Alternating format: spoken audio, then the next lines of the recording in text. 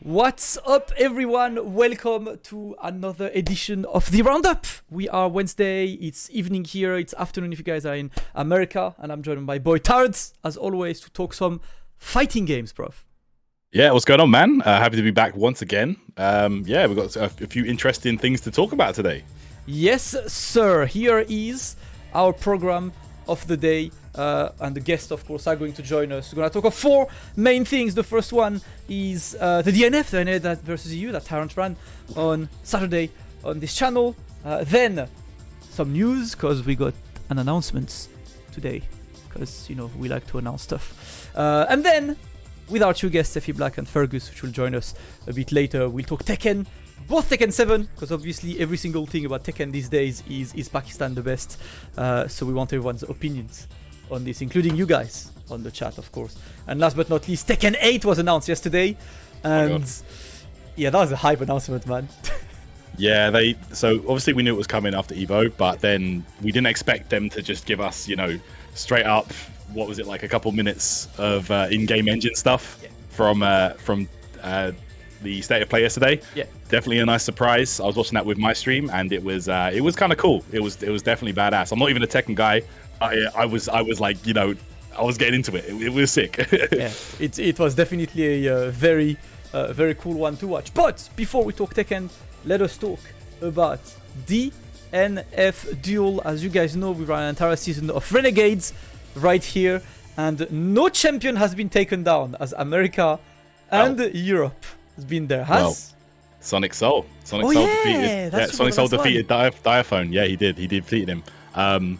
But yeah, Sonic Soul did not play in the 7v7 that we ran. That was really, really cool. It was an excellent showcase. We got to see characters that we don't usually see. It was so cool. It was really, really fun to watch. There was Launcher, Vanguards. Grappler was there, you know, for both sides. And it was sick, man. Like, players showed up. Players that we maybe haven't seen a lot of. Shout outs to C4, of course, and Cali Mac for holding it down on the mic.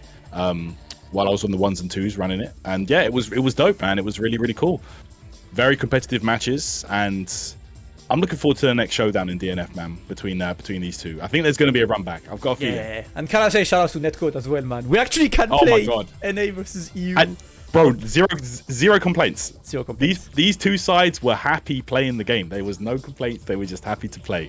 Went down to the wire, of course, with Mystic clutching it out for Team EU, but yeah, it was just an excellent showcase from everybody, man. It was so fun. That's what we want. And it went to the last game, right? Like the two captains of the teams had to show up 13-13. So it was a 7v7 and everyone had 2 lives, right? So obviously whoever gets 14 first wins. And you had the best scenario. It went down, they went the distance. That last sequence as well was absolutely insane. But yeah, of course, it came down to the Hitman. There was actually 3 Hitmans at the end, because we had Jamie, TTM, and Mystic as our last players. Yeah. And they both play Hitman, obviously. And then Diaphone holding it down there at the end. Bro, it was so fun. Like, I can't wait for this to happen again, honestly. Yeah. It was awesome. It was fun. Definitely, you know, like looking forward to more exhibitions. You know it, guys, the channel. If you have not watched it, you can do !YouTube. But of course, this closes our season of DNF Duel Renegade as we move to other stuff, other games, other everything. But before even moving to games or anything, we got 2 guests with us today, guys. We've got 2 of the finest people you can find on the Tekken 7 community joining us. Sephiblack and Fergus with us today on the EX Roundup. Fresh back from Naples. Sephiblack, how are you doing, man? I'm doing really good. Thank you that I can be here, and it's an honor for me to be here in the show. Should be a fun one, man. We need to have you talk Tekken, you know. Same for Fergus. I always call Fergus my favorite Tekken player, because like he's, you know, like I don't even know why you are, just like you know, you're cool. I've got to say, I'm definitely. I'm new anyway as well. Yeah. This guy plays Sakura in Street Fighter, so I'm here for it, man. I'm here for it. Of course, man. No, there. I remember you, Damascus, from the Street Fighter 4 Ibuki forums. I'm sure you can like follow all the information threads, man. So I remember all that by back. So, yeah, you know, thanks for having me on the show. Anyway, I appreciate the invites. Well, thank you for joining, of course, you guys. As we mentioned, we will talk about a multitude of things with you guys, Tekken 7, Tekken 8. But before, as the two of you guys are there, there's an announcement that I wanted to share with everyone on the chat here, on Twitter, anything, and all of the Tekken fans here and around. And it's a pretty cool one. I said that Renegade was leaving DNF, right? That kind of means Renegade is going somewhere else. Renegade's going to Tekken 7, guys. The next stop of Renegade on Mondays on Tekken 7. First to 7 brackets. One champion to take the money. NA and EU, of course. We're going to, just like DNF, we're going to alternate the week. So 1 week will be NA, 1 week will be EU. And if you want to qualify through it, the 2 qualifiers are through Salty EU and NYC Tekken for America. And I can expect to see the two of you guys on that, right? Yeah. I'm looking forward to it. Yeah. So, yeah, I mean, we're always grateful to have more stuff happening in Europe anyway, like, especially for the wage with Tekken 8 now, so it's always grateful to have more opportunities to play. Let's do that. And you know our thing, our specialty there is long sets, right? Like, short sets are cool, that's tournament, but we're about to play long sets, and I feel like on Tekken, I don't see that many long set formats on Tekken. You're right, actually, there are not many long sets. Yeah, Renegade might be it might be at a marathon edition, you know, for Tekken, because we might be going the 4-5 hour mark if everything goes down to the last game. I'll check on this. Yeah, I'm considering for Renegade maybe doing the first round in first to 5 to slightly make it lighter, since Tekken sets can be out there. But that's true. Like the only place I see long sets is probably Pakistani streams. Sometimes I was start on that stream and there's like a first to 25 between 2 Pakistani players. Yeah, they're exaggerating. Yeah, they're doing it in a hardcore way. But in Europe, usually when people are Tekken players are streaming, they stream like death matches and stuff like this, and it can also take for long. Yeah. Yeah. Well, the classic, you know, the first to 3 a.m. I call them. That's the kind of. That's the one. More details will be announced soon, guys, such as the date and the details to sign up to the qualifiers. We just ironing out everything. And of course, one thing to mention is man like Spag is the main organizer for this one. You will see Spag obviously helping to pick players to be on commentary, to be out there. This is our man, as I'm not going to pretend I'm a Tekken commentator. I am not. I don't know what DF1 means. I just watch. It's the best notation, DF1, down forward 1. Best move. It's like, I can see why I just like don't know enough Tekken, right? But all of this we learn, right? But we were mentioning the Pakistani long sets. And it's time to talk about like the one thing that is currently getting everyone riled up, right? Tekken 7, there is this big question right now, which is Pakistan the best? And from the man who just took down Arslan this weekend, what do you think?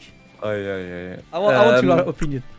It's difficult to say because a few months ago I would say that Pakistan is the best region, but since Ni is so dominant currently in tournaments, but he's also beatable, like as we have seen in the previous tournament, Tiger Uppercut, he lost to Dawood Sikander, the Alisa player. Yeah. It's difficult to say if like Pakistan is the best region. Like we will see it, I think, in the Tekken World Tour, like in the region of in the global finals. But they are definitely beatable.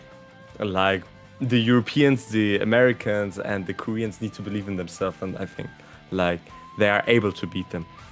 What do you think, Fergus? Pakistan best or not? You've been to Pakistan before as well, right? I have, yeah. So what I think is like, we haven't seen enough Pakistanis from the region travel out. That's the thing. So we've mainly seen Arslan, obviously. We saw, like Sephi said, we saw Dawood recently at Tiger Uppercut. You know, one sole representative, and then he made it all the way to grand finals and beat Ni twice, even very convincingly. So, and then in 2019 we have Awais Honey and Active Butts traveling as well. And whenever they travelled, they won the tournaments that they went to. So I think like if they get the opportunity, obviously I know like visa is a huge problem for them to be able to travel out. But like I said, like I was in Pakistan myself, so I've seen these guys play. I see how they train and everything, and their like kind of work ethic is the main reason why they're so strong, because like they would play, they would see something wrong and then they would like fix it straight away, or like, you know, work on trying to fix that problem in their gameplay or whatever. And but there's also kind of like a arcade mentality as well. Like you want to be the best of the arcade, or you want to be best of the area. So there's a very, very competitive kind of environment in there as well, because they all they want to be the best of their area. Like they want to be best in Lahore, they want to be best in Islamabad or wherever, in other cities and so on. So there's a lot of competition, and the environment just kind of allows the players to grow like that. And the other thing is like they have access to such a large community, so they're able to play with each other pretty much every day if they wanted to, offline, high level. So they're so strong because it's just sheer grind and really, really good work ethic, which I really think pretty much all the other regions kind of lack as well. So I would say they are the strongest still. Even though we had success, the other regions have had success against them recently, I think overall they are still the strongest. And when more of them travel, I think it'll be really, really clear as well. Did you think the average level was higher when you went there and played casuals with random people, or was it? Well, I mean, okay, so when I went there, so we went to an arcade. It was like a top of a hardware store. We literally had to climb a rope to get to the top. The real places. Right? Yeah, it was literally like a top floor of a hardware store. So I sat down. So there's I got to play some of the locals from that city in Islamabad, right? So I played 3 Akuma players in a row. I'm not even joking. One got down. We played first at 3. He got off. And the other one sat down. He picked Akuma. He got off. Third person sat down. He went to Akuma. I'm like, do all of you guys just play Akuma? They're trolling you, bro. They might be. I don't know. But they all picked Akuma anyway. So yeah. So I won the first one, but the next 2 I lost pretty convincingly. And they wouldn't be big names in their scene, or So I'm guessing the average level is really high for sure. And that's the one. Pakistan versus Korea. Who wins, Sephiblack? If there is I don't know, 10v10. Let's be exaggerating. 10, not 5v5. Yeah, 10v10. Oh, difficult. But right now, I think Pakistan, the highest levels of the Tekken players are better than of Korea. Because in Korea, I think Ni is one of the exception that shines right now. But in Pakistan, there are so many good players like Atif, but Dawood, Aslan, Hera Malik, and Avais Hani, Bilal. There are a few Tekken players who are so strong in Pakistan. I think they might be strong, but maybe I'm wrong. But Pakistan is super strong right now. They do look strong. Fergus mentioned. Do you think there was that thing that happened this weekend, right? That was that to me was very fun, but I know this was real, right? This little thing, right? this little thing. Is it not humble of Arslan to say Pakistan is the best? I mean, he's not wrong, and I think it's also fine to be proud of your region as well, because Arslan is the guy who brought Pakistan to the map in the first place, because he was the first one to travel out, win EVO Japan, win EVO in America. So I think he's in a very good position to be able to say, yeah, we are the best. So, but at the same time, I can see how it come across as arrogant, but I think it's just one of those, it's hard to communicate yourself properly through an online platform. Yeah. So maybe what he said just came across as more arrogance than he meant. So I think it's just some misunderstanding a little bit as well. But like I said, I don't think he's wrong. What I said earlier, I do think Pakistan's the best region right now. Regardless of what kind of happened recently. But yeah, I think it's, for me, the statement was fine, and I think a lot of people just kind of got wound up a bit too much about it. I feel but he wants to create some online discussion in this way. If he writes something like this, maybe the other players are want to talk about it and prove him wrong in some kind of way, and this motivates the other players to show Arslan that he's wrong.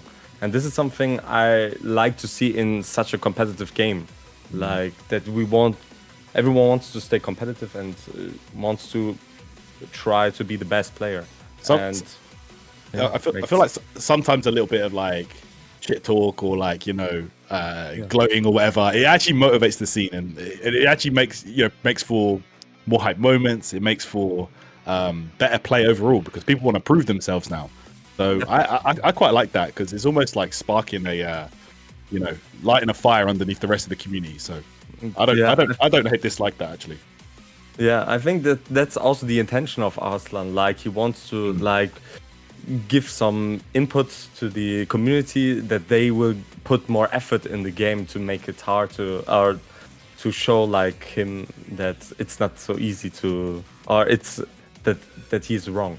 Like there are other regions who are stronger, and I think like Europe has shown that only the best has shown that Pakistan's not so like obviously the best region in the world with this tournament. I mean, same at versus fighting, right? Arslan was in. Who sent Arslan in losers at versus fighting? Joker did. Joker, right? So that's already Joker plus yourself, Sephiblack, taking him, down this season. I feel like just after like around the Evo Japan time, like Arslan was like unbeatable, right? He just like nobody could stop him for a long time. And now, we're starting to see that. You guys are coming out here, you're doing work. He's he's not making it he's not guaranteed grand finals guy anymore. So it's good to see that.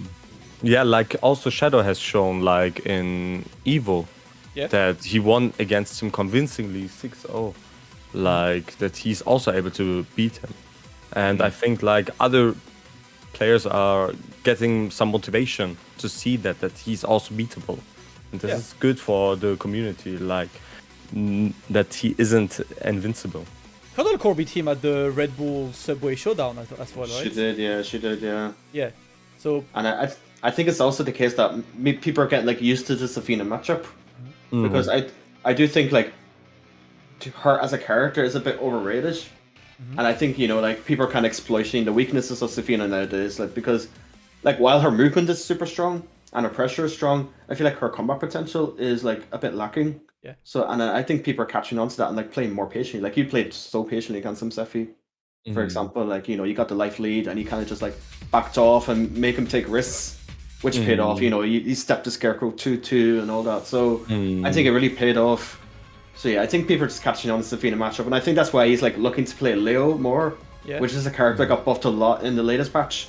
So maybe he's like trying to switch up with characters, in case people are like figuring him out a little bit recently. True. Leo got really good buffs in this season, and I think like he will pick him more than he used to pick just Zafina as a secondary. Yeah, the champion has to adapt, right? When you have a target on your back all the time, it is hard. I mean, I've still had the opportunity to know that some players still are not confident because I was talking to Super Akuma in Naples this weekend, and like I think he lost to Arslan in like the last 2 tournaments he entered, and so I was like, are you gonna take him down this weekend? He's like, no, I hope Joker sends him to losers.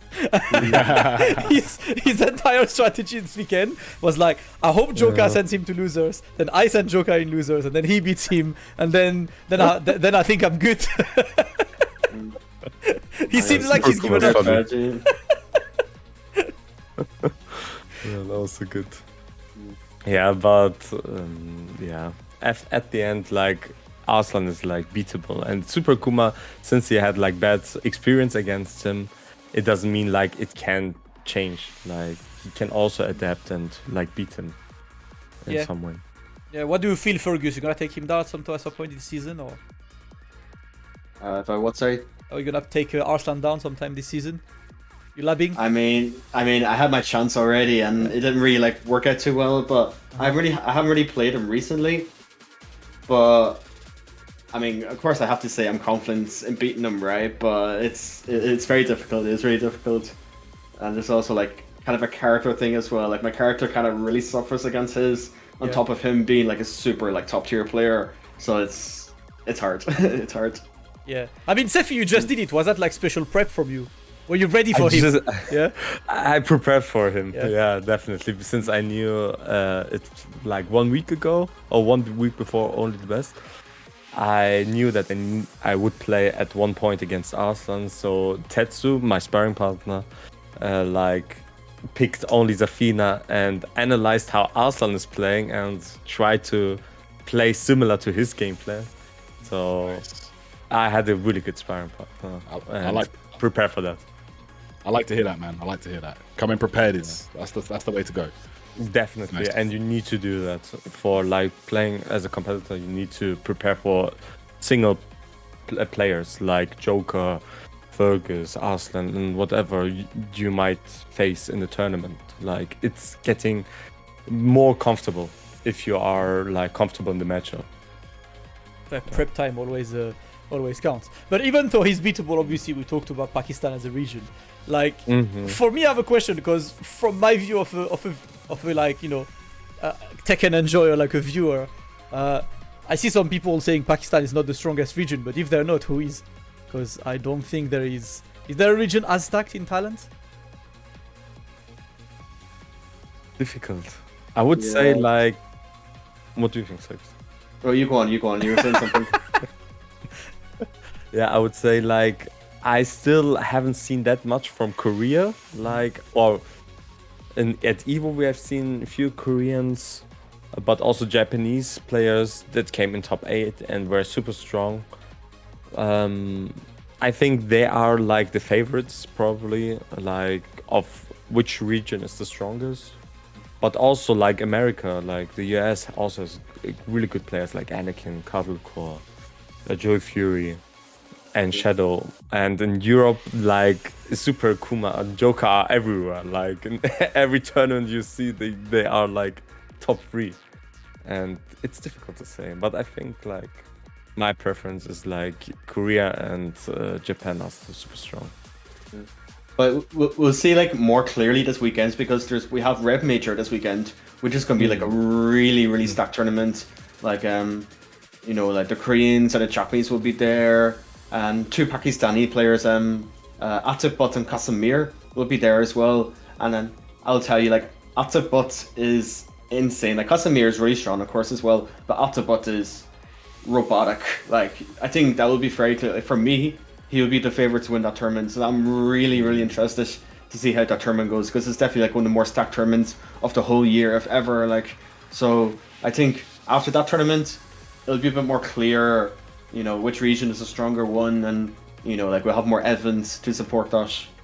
Good. And Anakin's going, right? So he's. Anakin's also going. I think so. I saw him posting a picture. I think. Okay, nice. One US. Someone from the US, but also some players from Russia are going to this tournament, which is also quite interesting because Russia also got good players like Strok, like Bumblebee. Strok is attending. Yeah. Oh my god. Okay, I really want to see that now. Actually, yeah. Yeah, this will be exciting to see him. Like Strok only came to some online tournaments, but when he's playing like at this events, he's like, you can see from his movement, he's playing like on another level. It's difficult to compare, but I had no idea he was attending because Strog is a Russian Steve player, and then like Joker himself would say like he's one of the best players I've ever played in my life, and I know like they would play online together often just to like train and spar. Like obviously like the connection's not the best obviously, but you know, like he says it's some of the best practice I can ever get in like on Strog online. So yeah, I didn't know he was attending, and I really want to see that now. Actually, I really want to see that now. Ref Major will be like a good show to watch, definitely. Damn, that's the event to watch this weekend, right? Yeah, because we were there last time, right? Oh, it was so good, man! I wanted to go this year. Bro, the Filipino crowd is just like so electric, man. They really get into it. I'm looking forward to seeing that. For sure. No. Yeah, they're like really like Tekken there. Yeah, they love it. Yeah, like the arcade scene, like the casual scene in Philippines is huge. Like it's huge. Yeah, all the casuals played Josie as well, because I think when me and Tyrant went, that was a few months after she was released. So I think they're all like, nah, it's local pride. Like we need to, like you would walk past the stations. But yeah, Rev Major is really good, man. Like it's basically. Both of you have went to EVO before, right? Have you been to EVO, Sephiblack? Yeah. So, Rev Major, like the context was similar to EVO because it's a big hotel casino. Except it's affordable because it's in the Philippines. Except you don't pay freaking like $6 for water. Don't get me started. I was so angry. Like, oh my my god, man. Oh man. I never forget I paid $22 for 1 liter of Fiji water in Vegas, man. Oh my god. Broke my heart. Daylight robbery, honestly, man. I don't. How do they get away with that, man? Bro, the biggest joke for me was in the hotel rooms they have those fridges, and it's like if you put something in the fridge, they charge you. It's like what? Like how is that legal? That's so crazy. Like our room didn't even have a fridge. Like we paid so much for the room already. Yeah. So we went in. It's like, wait, the fridge is missing. You're so better off without. You're better off without, bro. Like they're gonna make you pay otherwise. Well, we went then to the reception. It's like, is there a problem in our room because the fridge is missing? It's like, oh yeah, you have to pay extra to a fridge. Oh my and I was just like, what? You know, because we're paying like $200 per night for the room already. Like, give us a fridge. Oh my god! I had what I had this year is like, you know, the way their mini bar works is it's electronic, right? So if you take something out, it considers that you bought it, so it adds it to the thing. And I came back on Friday, like we had a long day. I had commentary all day. Then we had the SF5 NA versus EU. Came back dead, and I don't know how because I just jumped in bed, but I knocked a water bottle like on the floor. Oh. You know? So, well, whatever, right? I woke up in the morning, I was like, shit, it's on the floor. And room service comes in, and she's like, oh, did you knock it out? I'm like, yeah. She's like, they probably already billed it to you, so might as well drink it. Cool. Drank it. On the day I checked out, bro, she gave me the receipt. $22.50 for 1 water bottle. I wanted to say, like, I will fight you. I don't know how this is legal. I really don't. That's insane. 22, bro. That's not a right, joke. man. It's not right. Silly. This is so silly. I have paid 22 for a bottle smaller than this. That was a 1 liter. That was not even 1.5. Like, I'm so grateful to have the water fountains in the venue because that's such a lifesaver. Because I went to EVO in 2018, so they didn't have that introduced yet. So I was like literally filling up my bottle with the bathroom water because I refused to pay $6 for a bottle of water. I'm the same, man. Ridiculous. You realize you pay 22 per bottle, it means every time you take a sip, it's like $1. Yeah, those like water stations at the venue this year were just like the best thing ever, man. That was like a lifesaver, really, for sure. So did the water bottle have a $20 bill in it? It did not, but it could very well have. Yeah, I was gonna grab my water bottle. I still have it over there on the side there anyway. The EVO water bottle is so nice. Like. Yep, I have it behind too. And I remember I checked, you know, the mini bar, like you have some snacks and stuff. You know the M&M's packet, like a small M&M's packet. Do you know how much it is? No. $16. I want to know. 16? $16 for M&M's. No. Bro, see, like... Oh, it's making me depressed, man. Can we stop talking about this? Like, it's just making me angry. I'm just like getting angry.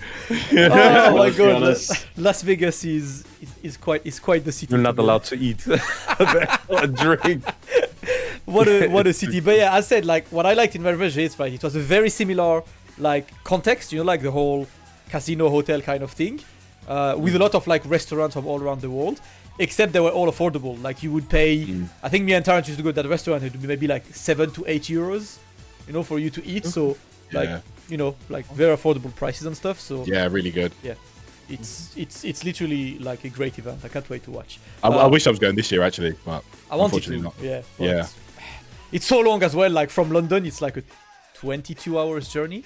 Yeah, wow. I'm not gonna lie. I don't miss that journey. Yeah, we did one. It's like you had to. London to Dubai, that's like 7 hours. Then there is like a 3 or 4 hours layover, and then you have like 8 more hours of flight to Manila. All of this, and we went to commentate Dragon Ball. That was back then. Everyone played the same characters as well. Bro, I was like, I flew in 22 hours for everyone to play Kid Buu and GT Goku, man. Wait, back then? Oh my god. Yeah, they do that now. It changed, right? Yeah, just changed. Oh my god, but yeah, Rev Major is sick, man. But aside from Rev Major, you know, it's Tekken 7, but Tekken 7 is outdated, man. Because there's a new cool kids out there. Yeah, I think it's been outdated for quite some time now. Yeah. What did you tell me? How like do the YouTube reacts, Fergus? Like right now, you know, in front of it, you know, like okay. Like with the thumbnail of you going. Bro, because I didn't know, I was not ready for it. So like the trailer literally appeared. I wasn't even watching State of Play, so like I had no interest in it, so I wasn't even watching it. So like I said, I was with Spike and Choka, so we were in the car, and then Choka, he's watching it for like other games, and just like, bro, Tekken 8's on, and I just turned around like, what? And then he was like, yeah, look, and then we were approaching the guy's house, so we went in, put it on the TV, and then I just got out my phone and was like, you know, live recording, first time watching it.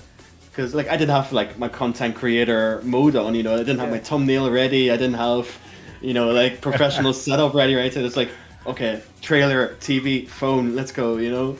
Because it was the first game they showed on State of Play. It was literally the first game. There was like the State of Play intro, and then it was just Tekken 8, and it was like, oh okay, Tekken 8, okay, sure. I was like, what the hell? Yeah, I feel like some kind of notice would have been nice. I don't know how they can do that, right? But like I feel like.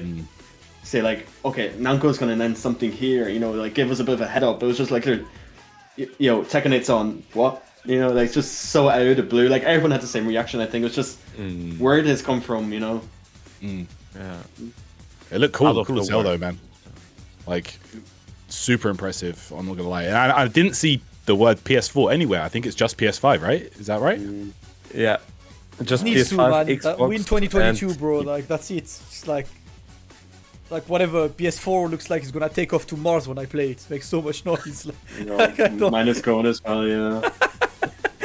It makes it difficult, man. Like it was unexpected, but like the trailer looks sick. But from you guys, right? Like when you saw like that trailer and everything, because it seems like gameplay, but kind of edited. I think that's what Harada said. It's edited for story, so I don't think all of these zoom in and camera changes are actually it will be there now. The thing, right? Because that's a bit scary, but like it was nice to see some actual in-engine stuff though. After Evo, like just kind of like, you know, we got the little tease of whatever, that was nice. But to be able to actually see some stuff, probably not like, I don't know if this is going to be game, but like to see it in the engine and it looks super clean was awesome, man. And I'm looking forward to being a spectator of Tekken 8 for a long while, just like I've spectated Tekken 7. What you mean you're not gonna try the game?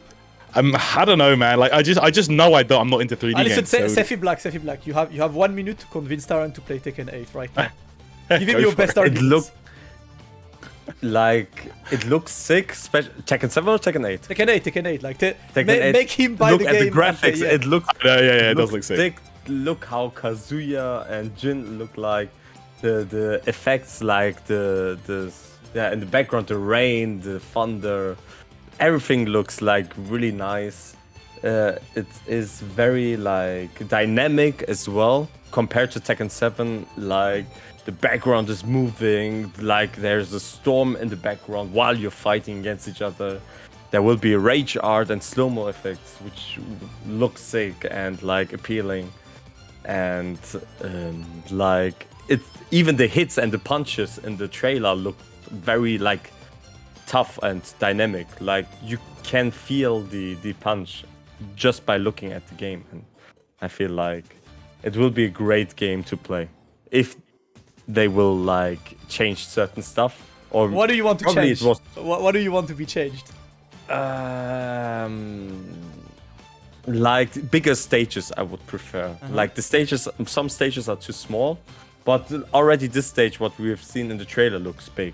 And I think like if the size of the stage will be like this, it's nice.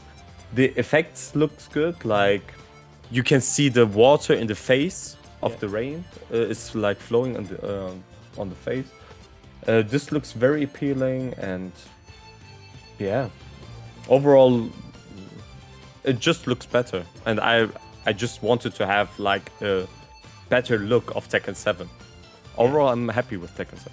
I mean, I like the looks of Tekken 7 anyway as well, but I think like historically in fighting games, Tekken has always kind of pushed the graphics forward, you know, like even since the beginning.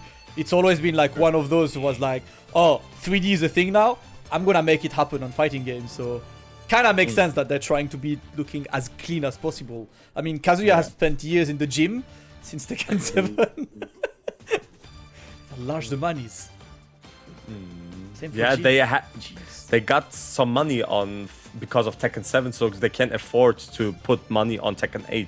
I think for Tekken when they developed Tekken 7, they hadn't had that much money from Tekken Tech 2 because Tekken Tech 2 wasn't that successful and didn't sell that well compared to other Tekken series. I feel like with investment.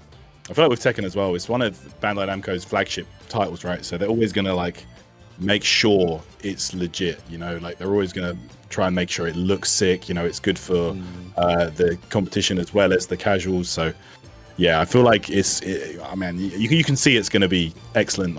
And then now, you know, with seeing how good of a job Capcom was doing with SF6, Bandai aren't going to miss a beat with this. They're going to make sure this is like a complete package. I can feel it. I feel like the direction that Namco took with Tekken 7.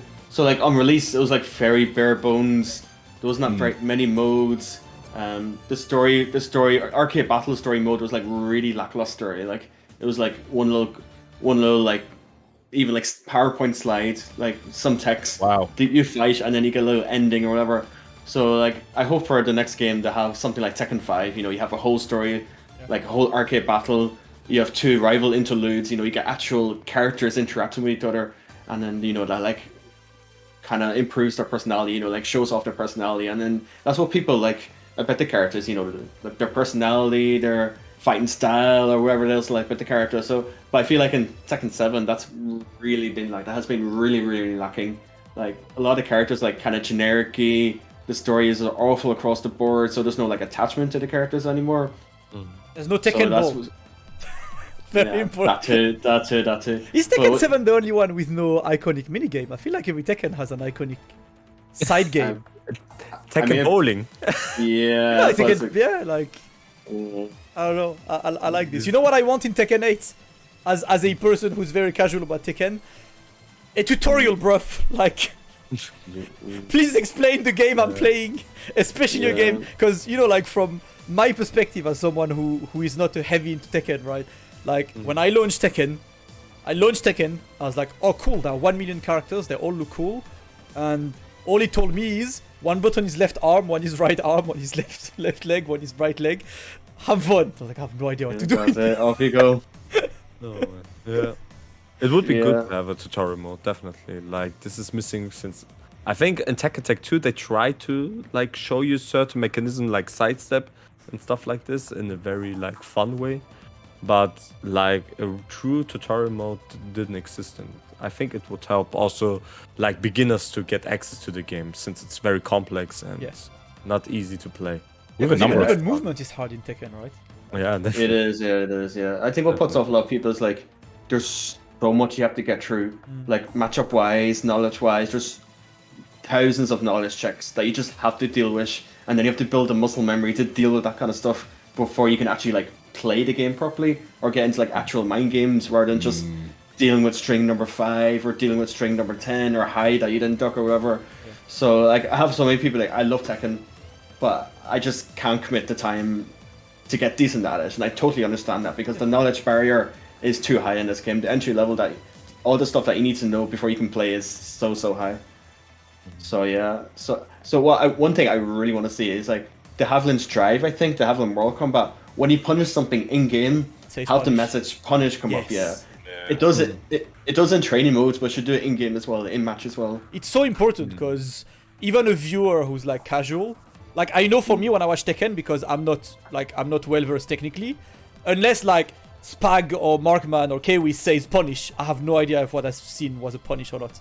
You know? So while if I watch, well, I know SF5, so that's not too much problem for me, but still same, if I watch SF5, you know, if I watch freaking Strive, it says punish, I'm like, okay, cool, I guess that's punishable. And even sometimes I don't know this, like I would watch a Strive match, and I'm like, oh, hold up, that's punishable, let me go on the lab then. You know? Yeah, especially in a game like Tekken where there's so many moves and strings, like, you know, it will help to get that visual confirmation. No, that was unsafe. You know, like you said, let me go look it up, or let me go in the lab. How unsafe is this? Or like I thought it was safe this whole time. So there's an option. There's something that you can deal with, and that can tell you in the game straight away. Or even if you're like learning on the fly, like you know your character's punishers, you know your 10 frame, 11 frame, 12 frame, whatever. So you like try different punishers, and if it still says punish, okay, you know like it's at least -12, and then you move on to 13, and it still says punish when you do your 13 frame move. Okay. So it's at least -13. So like that kind of stuff will go such a long way. Because like sometimes you can't tell if it's a punish or not, because maybe they moved or maybe they mashed or they did something to get hit, right? After you block their move. So I think just having that visual confirmation can go a long way. Yeah, it's so you know, you mentioned this. You said you have a lot of friends like who just didn't play Tekken because of the commitment. That's kind of me. Like I enjoy watching Tekken enough that I want to play it, but I already played like Dragon Ball, Strive. I barely play SF5 anymore because Dragon Ball and Strive is already too much time. I can't commit that amount of time, you know, on Tekken. But also because I know that if I start the game, the amount of things I need to learn because they're not in the game are gonna take ages to just like get into it. So for me, I hope I'll do it on 8, you know, just like to give it a try. But the question I have as a casual for Tekken, right? Because like, you know, because me originally I'm a Street Fighter player, right? Like I play Dragon Ball, I play Strive and stuff, but something about Street Fighter is when you go to a new Street Fighter, it's an entirely different game, right? Street Fighter 3 to 4, completely different. 4 to 5, completely different and stuff. So it feels like on Street Fighter, it's very common that like, say you love 3, but you hate 4. Or like you love 4, but you hate 5. I feel like Tekken is a bit more conservative in this because it's like pretty much the same base. But how much can Tekken change? Because from my casual view, it's Tekken. There are new things, that Rage Art, that this stuff, but it's still Tekken. Like how much can it change? I mean, you have to say like, don't fix what's not broken or whatever, you know. So I think, like, if it's successful, if people love the way it is, then you don't need to change much, right? And it's such like a legacy series, such a legacy game. So like, you could be strong in 7, you'll be strong in 8 as well. Like everything carries over. So I think it's just one of those series that it's fine. Like the core mechanics, the core gameplay can stay the same and it'll still always be successful no matter what. Like sure, you can change up the combo system a little bit, you can add in new mechanics or whatever, like Rage Drive, Rage Art and so on, but like the core gameplay will always be the same no matter what. Like I barely play Tekken 5 for example, but I can go back and play Tekken 5 to a decent, you know, to a decent standard just because I know what to do. I know my moves, because the movesets themselves rarely change as well. So like obviously like frame data and everything will be different, but like I can just hop on 5 and have a good set against someone just because it's so similar. So yeah, I don't think it needs to change really. Like it's fine the way it is. Yeah. Tekken usually got few changes. Like in Tekken 5, they started with walls, but in a different way that they had in Tekken 4, because in Tekken 4 they were like bigger stages and like more like layers in the stage, which made it a bit different. Tekken 5 they added walls. Like Tekken 6 they added wall bounds. Tekken Tag 2 was like 2 characters, which was like similar to Tekken Tag 1, but with walls. Like Tekken Tag 1 had no walls at all, but Tekken Tag 2 did. And Tekken 7 like adds Rage Art. And if you add like 1 mechanism or 2 mechanisms in the new Tekken part, it's actually enough for a usual Tekken player, since like Fergus said, the core game remains the same. Just 1 or 2 things will change usually. That's why I think like Tekken players are quite easy to handle with if you want to make them satisfied. Like having good graphics is important for them mostly, and for some hardcore Tekken players, movement is important. Like Tekken Tag 2 had really good movement, which many people appreciated, which Tekken 7 doesn't have anymore. And maybe Tekken 8 will have like better movement, like back from the roots, like in Tekken Tag 2 or Tekken 5.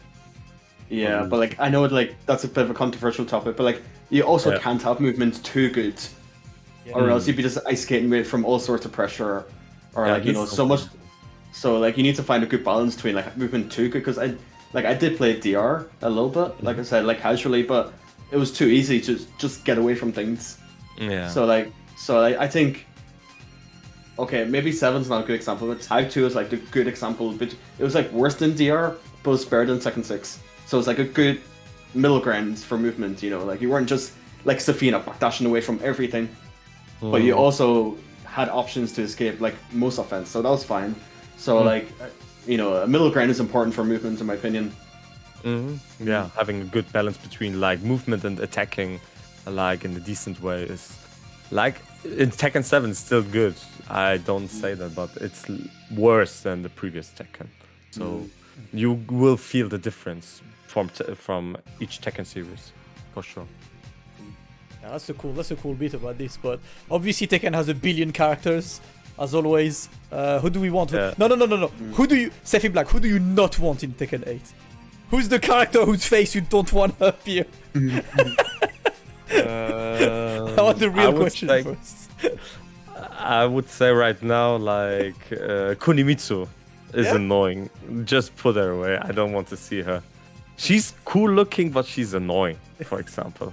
I don't You have a Kuma, Geese, and Eliza in the game. What do you mean Kunimitsu before them? She's annoying. Number one character should be Akuma. Get rid of this character. Yeah, Akuma. Oh my god, I forgot. Oh my god. Yes, I forgot. please. He's not for me Tekken. That's why. Like he's not. He's. But I mean, now he is Tekken, right? He's been there for years, bro. Like.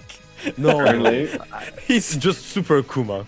That's it. He's won tournaments. He's been. Plus, honestly, like, do we even expect Akuma to not be in 8? I feel like he's. No. I'm lighting every candle for him to not return.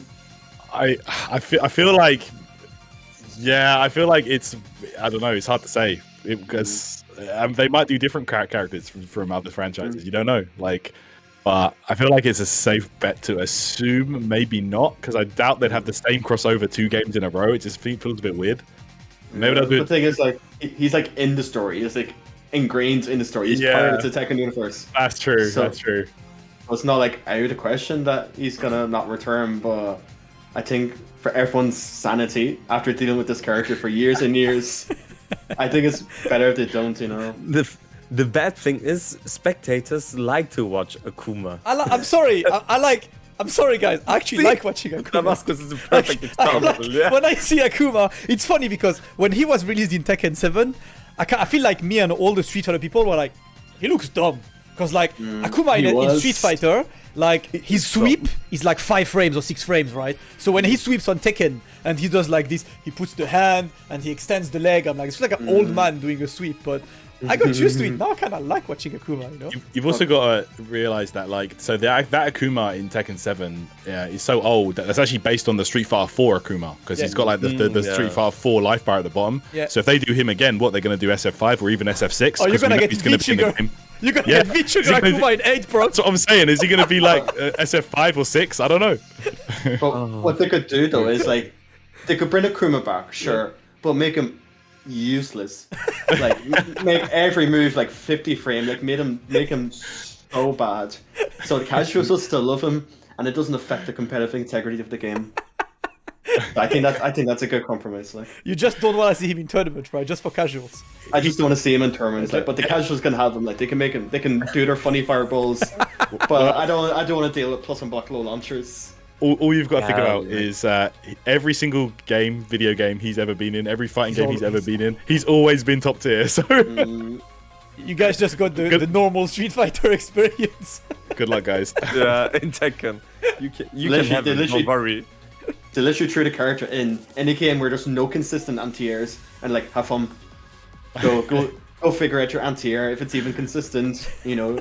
And if you mess up the anti-air, you eat full combo, wall carry to the wall, deal with the wall, okay, flip over, tech traps, everything, while he's jumping over your movesets at the same time. So yeah, go find your anti-air, have fun jabbing him for 20%. Yeah, having a 10 frame launcher, like, it's like an exception. No one has it in this game, but he's got it like with decent damage, with a low, unseeable low, which can give like a wall split, or you can get a combo. Like, this is too silly. I mean, maybe just like have him, but obviously make him less dumb, right? Like it's just or like make him like a. Don't be Fergus. character. Don't destroy him, right? Just make him. Bro, You have too much We could do a hatred. whole 3-hour podcast on this character alone just from my rants. Trust me, man. Trust me. I don't think we want to get into that. Like, you have a time limit anyway, so I won't get into it. Like. It's always this. I mean, even though then, aside from Akuma, like how about all of the 2D characters? Because there is still a thing. I want to know from the chat what's the character you don't want to see either. But how about the 2D characters, Geese and stuff? Like, you okay with them back Geese, or no? Yeah. Like, Geese also has a unique jump, like, which avoids like many tools or many attacks that other characters can't avoid, and he's still can get a launch from it. It's still like ridiculous how much damage he can get if he lands this jumping attack. Yeah, I like the guest. I think Tekken is sick at guest characters, man. Like just like they look cool. Stepping back from, because again, right, I don't play Tekken, I only watch Tekken. I was watching GoTV and there was a Noctis player, and I feel like I never see this character in tournament anyway. And I was forgot he was in it. Yeah, I swear, like I was like, damn, Noctis is actually cool, man. Like I don't really see him in tournaments, but I like that stuff.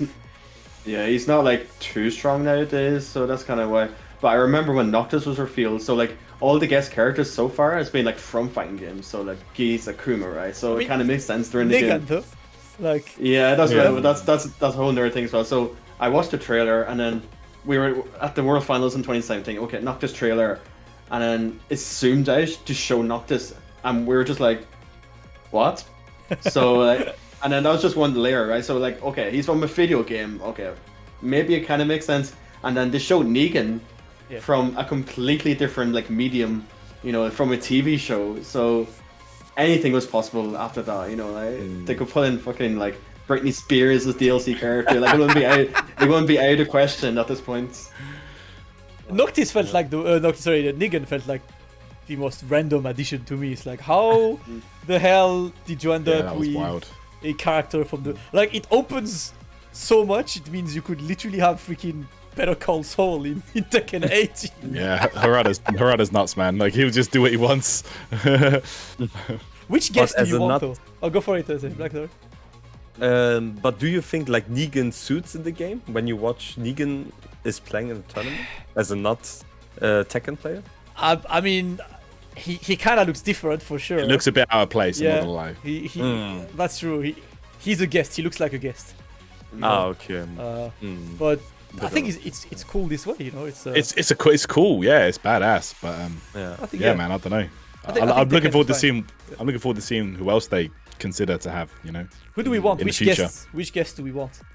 Like what's the best? I mean, I think there's one that everyone talks about, but it'll never come. But to me, it's Kiryu from Yakuza, right? Like. The thing is, for those of you who don't know, the reason why Kiryu will never get into Tekken is because by official lore, directly said from the people at RGG Studio, Kiryu does not hit women.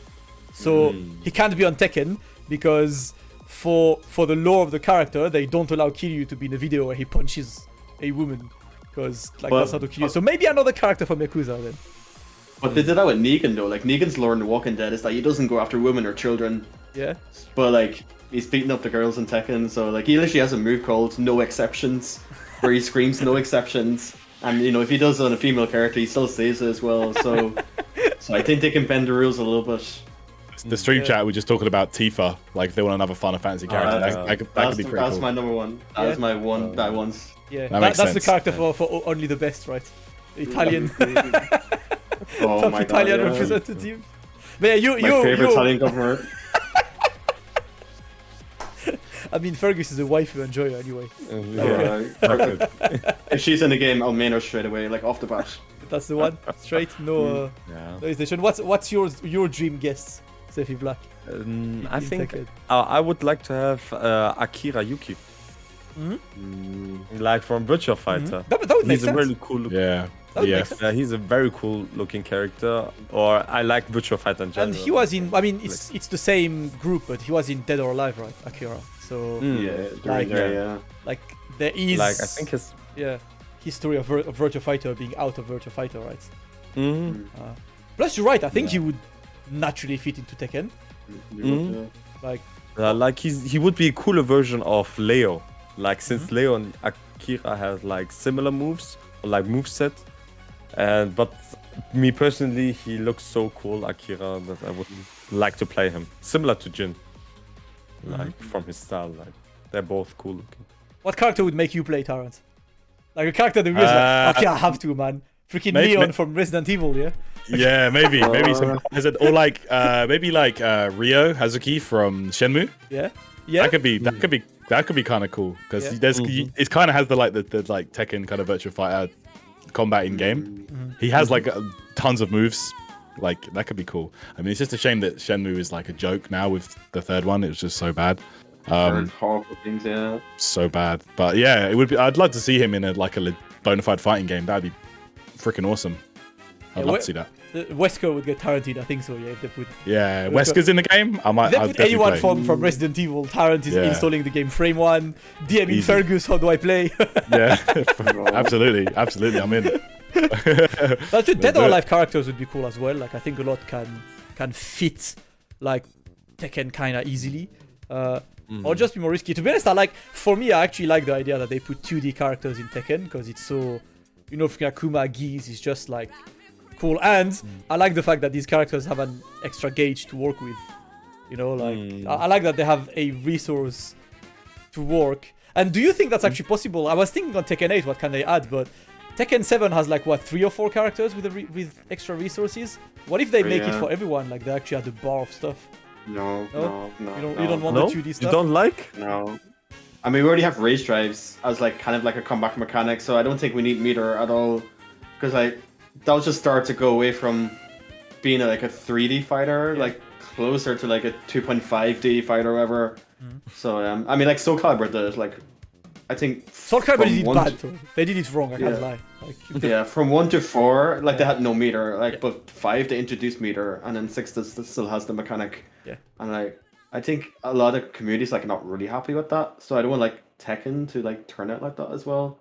I think it's a bit different for Soul Calibur. I think 6 is a bit better, but I think 5, because I always play Soul Calibur and stuff, and I think 5, the main thing people hated, and that's the main gripe I had, is that in Soul Calibur you have parries, right? And you needed meter to do a parry in 5.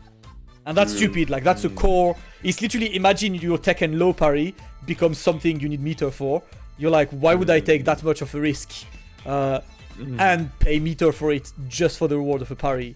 I thought that was just dumb. It's yeah, I think Tekken just doesn't need meter. Okay, sure, the 2D's character have it, but the Tekken characters themselves, I don't think they need it at all. It's just not Tekken, the thing about Tekken is it's a very, well, as close as it can be, a realistic MMA fighter for the most part. Yeah. So I think it just doesn't need something like meter. I think it's fine the way it is. Yeah, what if they put an MMA fighter as a guest character? That'd be sick. Conor McGregor in Tekken. Please, don't give them ideas. Logan Paul! I want cursed ideas. I want the one and the kangaroo back. Oh no, please, no. No kangaroo. No Rook King. Yeah, Roger. No Mario, yeah. It's people who want Roger back. Yeah, people who want Roger back forgot what it was like to fight Roger. You remember Sephi and Tag to Roger, you had the horrible character. Dragunov down 2 on steroids. He had really suffocating pokes, so people forget what it was like to play against that character when they ask for him. I feel like people do this all the time with every game. They're like, oh yeah, I want this character back, and then it's just do you remember what this character's like? Yeah, literally. This happens with Street Fighter all the time. It's no, we can't have that. No. Yeah, I remember at the season. I was just gonna say, I remember someone asking for Elf birthday for Street Fighter 5. Never again, bro. Do you remember that character? I will request your location and come fight you if you genuinely request this. No. It's actually, oh god, yeah, stuff like that is just I don't know. I think people don't know what they're asking for sometimes. yeah, they forget how bad or what traumatic experience people had with few characters. Yeah, when I remember. You're gone. Or Julia, when I remembered at season 2, Julia got announced, I was like, please, no, she will be so annoying and so strong. Always in every Tekken, she's super strong. But people are excited, oh, Julia, she's so nice. But no, if you play against her, she's not nice. She's annoying and so strong.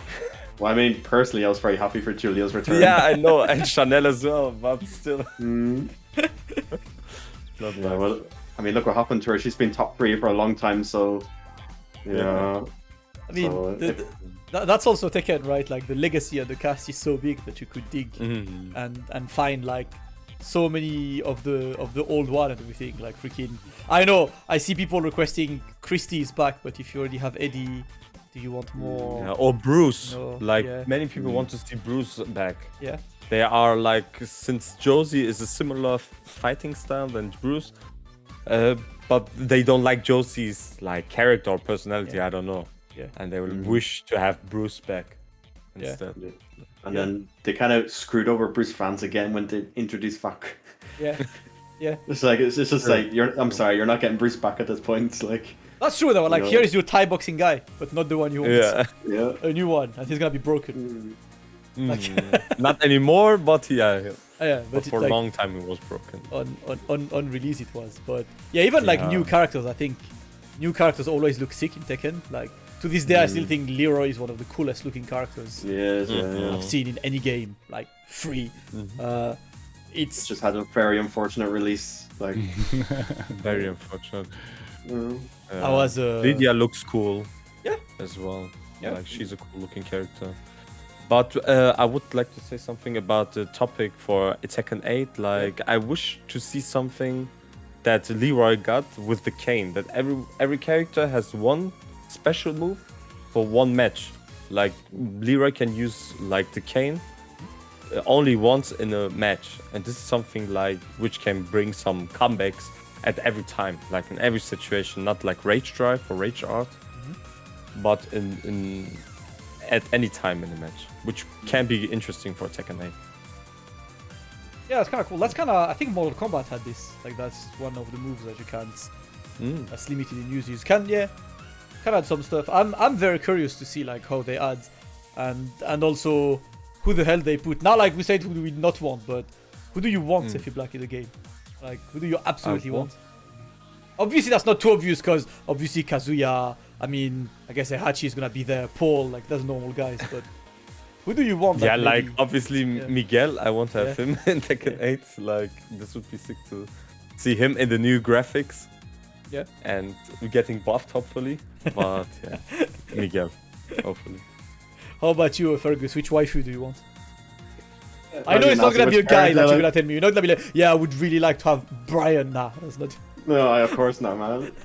No, but I mean, outside of like this usual suspects, like I mean, I would like June back. Yeah. Like for me, like I'm an Asuka player, so like June is like very close to that style, and she was like the first fighting game character I can remember playing on Tekken 2 demo disc. So I have that kind of like attachment to the character. So for me, June 100%. And I think nowadays it's like the perfect time to bring her back with the anime, like kind of bring her back into the storyline, revisiting the Tekken 3 lore and Tekken 2 lore, and then it's Jin versus Kazuya show off. So I think it makes sense to bring her back at this point. So yeah, that's June, yeah. Well, it will eventually end up with 1 million characters anyway, because it's Tekken, right? Like, how many characters did Tekken Sen have on release? 38? 35?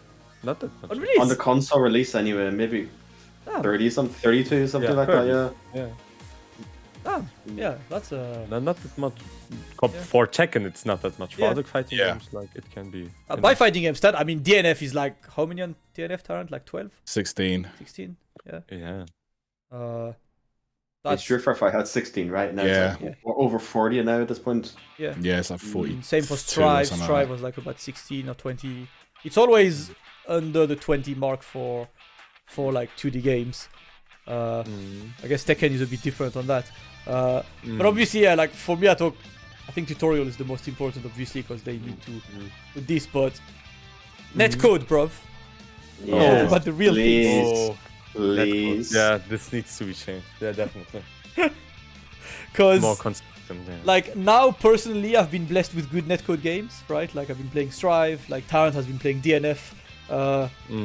It's so good. I will play Strive against people from America, and that's fine. And the connection is good. Yeah. I'm so jealous of that. Like we don't even have good connections in Europe. Never mind like other regions. Yeah. So I'm really jealous. We absolutely need. Do you think there's a chance they mess it up? Yeah. Yeah. I think. You don't trust them? Yeah. They can mess it up in some way, I think, but the chances are good that they don't. I feel like they know how important it is.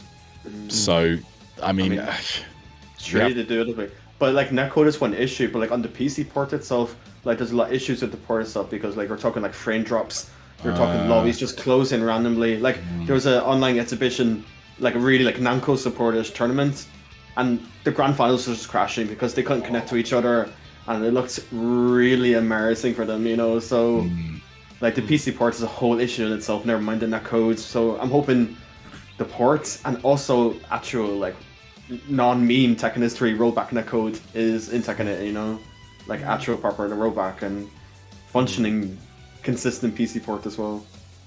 There was a moment in Tekken 7 when netcode was sick, right? And then it never happened again. Beginning of season 4, yeah. Yeah, that's also part of frustration, yeah. Did we ever have no official reason why they removed that? No. No. So they literally were like, stop having fun. Yeah, like that's it, literally. Was enough. We have not more resources anymore. Just play how it is. Like, it got to a point where every patch literally made the game worse. What the hell? Like, it made the netcode worse, it made the game more unstable, and we're like, please stop patching the game. We don't want more improved stability and netcode fixes or whatever. It's so vague anyway, but it's doing the opposite. It's making the game worse. So we're like, at Namco, please stop patching the game. I don't know what you're doing, but please stop it. Yeah, I still wonder what happened, man. Weird. Like, why would you give great netcode and then just straight up like, did PS4s explode around the world? Like, did anyone complain? Like, yeah, some explanations would be nice. That's true. Yeah. At least transparency. Yeah.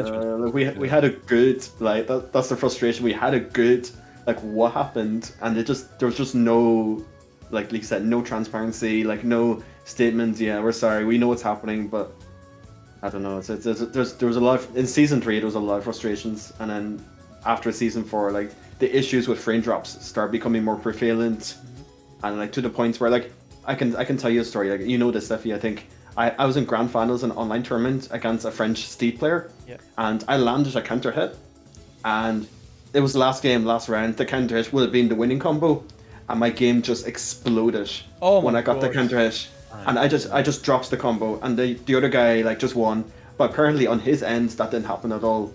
And on the spectator side, it didn't happen at all. But on my end, my game just literally just blew up. And obviously, like, I dropped the combo because I'm like, what the hell? And I lost the combo, and then the guy just like woke up and just killed me. And that was grand finals of a winning combo in grand finals. My God. So yeah, I have beef with Namco. I think there's pressure on them, right? Like, it's. I think we expect obviously PC, but they haven't. Obviously, it's very early, right? They only showed one trailer. I think everyone is waiting for Harada to say rollback now, right? To say the big words. The magic words. Yep. Just for him to say it, then everyone will be happy. When do we expect Tekken 8 though? I mean, do we even have a guess? When would Tekken World to Finals be? Like February the 3rd, early February anyway. So, do you think there's still gonna be one season of Tekken World Tour and Tekken 7? It's hard to say. Just be speculation. We can't really say anything. Have they said that there's no more DLC for Tekken 7? No, they didn't say. So there could still be new characters for another season. Potentially, yeah. This is possible, but it doesn't feel like they will bring or they will work on Tekken 7 anymore. Maybe some changes for some moves, but overall I think Tekken 7 will be like this till the end. Do you think the game still has one more season in it? No. Well, I mean, we're technically officially in a new season. Like, the patch is literally called 5.00. Yeah. So we are even though there's no new content, we are in season 5 right now. Even though the balance patch was very minimal. Most characters just got one change, and that's just a new mechanic, the wall crush move. So, and then some characters got hit really hard, and some characters got minor buffs. So it's a very small balance update overall, but it's still classified as a new season, season 5. It's I don't know. I feel like it should end this, but you know what would happen if it's February? It means it might clash with SF6. What happens if they release Tekken 8 and SF6 at the same time? I mean, wouldn't be good. SF6 and Tekken World Tour at the same time. Because Street Fighter 5 Capcom Cup should be around February as well, right? And I think all of us expect that SF6 comes out shortly after Capcom Cup. Really? I mean, we expect. It's not said, right? But it's kind of. It feels logical. We know that this is the last season of CPT anyway. For SF5, so I don't think they will leave too big of a gap right between. But then if Tekken does and Tekken comes out at the same time, bro, 2023 is gonna explode in tournaments. Yeah. Because I feel like a lot of success Tekken 7 got was the bad reputation Street Fighter 5 got, like, in its early days. So, they hear, like, word of mouth, oh yeah, Street Fighter 5 sucks, don't play it or whatever. I mean, I'm on the boat that, like, I think it's a really good game now. It came a long way. Yeah. Like, we all know ourselves, like, the first season or two was, like, a pretty rough state for the game. So I think it got such a bad reputation. Word of mouth, so, like, some new guy comes in the community, yeah, what fighting game should I try? He's like, yeah, don't try Street Fighter 6, it sucks. Or don't try Street Fighter 5, it sucks. Yeah. Try the other fighting games, and then maybe we get a bit more traffic towards Tekken 7 as a result of that. Yeah. That's so weird. Like I don't expect the games to release at the same time, but like if it was at the same time, people like me, people like Tyrant, like I'm not gonna play Tekken then because SF6 will be out. You know what I mean? Like. But I feel like it will take some time for the Tekken 8, like end of 2023 probably it will appear. They say that, yeah. One more. But season? I like that there's like, I like there seems to be like kind of competition between them as well. Like like Street Fighter 6 sets such a standard. Yeah. Like the trailer was amazing. Everyone's talking about. So I feel like that leaves Namco to like really step up with how they market. Marketing especially is very important. Like Street Fighter 6 did an amazing job so far. Like I don't know if the roster leak was intentional or not. Like some conspiracy tinfoil stuff there, but the discussion and all that around it was like blew up. Everyone's talking about it. So Namco I hope matches that standard because like they had such momentum from 7, so I really don't want them to like drop the ball. For 8. So I mean so far they're doing good. So all high hopes so far. But yeah, anyway, let's see how everything kind of develops. It's interesting, man. Tyrant, what's your expectation for it? Will you just watch? Nothing? I mean, I think I'm just gonna watch unfold, man. Like I can see that everybody loved what they saw at State of Play yesterday, and just got everyone buzzing and talking about it. And Bandai needs to just be smart now with the reveals, with the character trailers, what they show.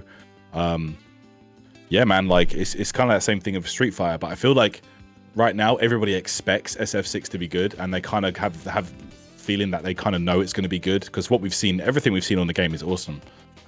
So yeah, it's like Fergus said, man. Bandai need to keep things going, keep the momentum up, and just be smart with how they reveal things, and hopefully, I don't know, like I don't think there'll be leaks for this as well, but I feel like again, like those leaks for SF6 definitely, I feel like it actually improved the hype for the game. Yeah.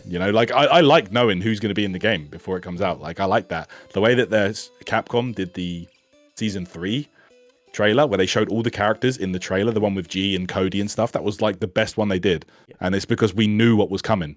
And it's something to look forward to and to anticipate.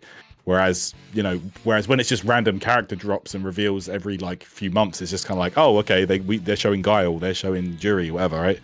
But I like knowing what's coming, and now that I know, like we've seen the cast for SF6, that's sick. Yeah. But I don't know if we're gonna get that same kind of thing for Tekken 8, so I don't know. I mean, that's two sides of the coin though, because like if you keep incoming characters like a mystery, it keeps the speculation up, it keeps discussion up. Yeah, that's true. Yeah, so I mean, it depends how you look at it. Like it's different for everyone, I suppose. But like the problem is, like if you keep the incoming characters a mystery, you're gonna have like all the crazy stan accounts on Twitter, harassing the developers. Yeah, like the last character has to be Christy, or the last character has to be Safina, or whatever. So so that's one problem. And it's like the same thing as well. Like just going by experience, I keep going back to Street Fighter. With Season 2, it was like all new characters, and they still did like the mystery silhouette, and it's just like, well, we're not gonna know who they are because they've never been in a game before. It was like Abigail and Falk and like all these other characters that like nobody really cares about. So that was kind of weird. No, sorry, it wasn't Falk. It was like Ed and stuff, and yeah, that was kind of unusual. I still can't believe the closing Evo announcement of that year was Abigail. Oh, it's so bad, so bad. Piece reveal, BlazBlue tag, a whole new game reveal. I think SNK got some nice stuff as well, and there's like, yeah, here's Abigail, and then Evo's over, and I was like, what? That was horrendous, man. That was really bad. Communication is important, man. Like I think it's one. If anything, I think all of the Japanese companies have stepped up in communication lately. Whether it's like Bandai Namco, Capcom, they're actually starting to talk to to people. So you know, Harada's bar, like happening around like here and there. It's actually like the thing we expect. But obviously communication is coming. But we could talk for hours obviously about Tekken 8 because like the game is extremely exciting. We only had a very small trailer. Hopefully soon. So just, you know, for quick closing words to close the evening, obviously a quick reminder for you guys that of course we're moving our King of the Hill to Tekken. So more Tekken on Reversal. Make sure you hit that follow button right here. Channel will be out there. You will see of course UFA with a 7,000 euros cash prize on Tekken in Paris. So I know both of you guys will be in attendance, yeah, for UFA. Mm-hmm. Yeah, absolutely, yeah. That's the one. That's what we want to see, because that's gonna be a big one. And yeah, plenty of Tekken content. But with Tekken 8 coming, can we expect to see both of you guys, you know, like in every top 8 when 8 comes out? Yeah. I mean, as always, you know. Hopefully. It's the goal. It's gonna be the goal. I'm looking forward to have more news. But big thanks to everyone, of course, for joining us. All of you guys, make sure you follow both of these guys. Sephiblack Fergus, they stream. They're on Twitter. They're kind of nice. They make Korean crowd angry because they're hot. Did you see that tweet, Tyrant? No, wait. What was the tweet? Rangchu, the Korean player, oh yeah, tweeted, yeah. We hate Sephiblack here because he's great at Tekken, but also he's very handsome. the veggie of the Tekken community, yeah. I love that, man. That was he's cool. He's cool. I like Rangchu. That was a lot of fun. What's the next tournaments we can see you guys at? Fergus, what's your next? My next one will be Culture Throwdown here. Okay, but yeah, of course. So that is the next week. Yeah, that's the next weekend. Mm-hmm. And then mix up. Yes. The mix up after that. How about you, Sephiblack? It will be mix up. Yeah. I will do a 2-week break and then mix up. Yeah. Any non-European tournament on the horizon for you, or Evo Japan. Yeah. Evo Japan next year. This will be a good one. All of us want to, man. Yeah. Listen, Japan, please open your borders by then. Like, yeah. I wish. At the end of March it will happen, right? I think. End of March in Tokyo. Yeah, I think it was end of March. Like, yeah. Well, we're gonna see the end of March Evo Japan, but I guess I will see both of you guys at the mix-up. Thank you guys again for joining. That was a ton of fun. Thank you everyone in the chat. Make sure you hit that follow button. All of this will be uploaded on YouTube. You can do exclamation YouTube to follow. We have plenty of content, including Tekken content, on the channel, so make sure you go click some buttons, support the channel. And as for us, we will be back on Saturday with the Street Fighter 5 World Warriors, and stay tuned on the Twitter for the details on our Tekken Weekly. Thank you guys, thank you Sephiblack, thank you Fergus, thank you Tyrant. Reversal out, and we're back Saturday. Otherwise every Wednesday is Roundup, so next week Roundup EX. Much love to you guys. See you very, very soon. Take care.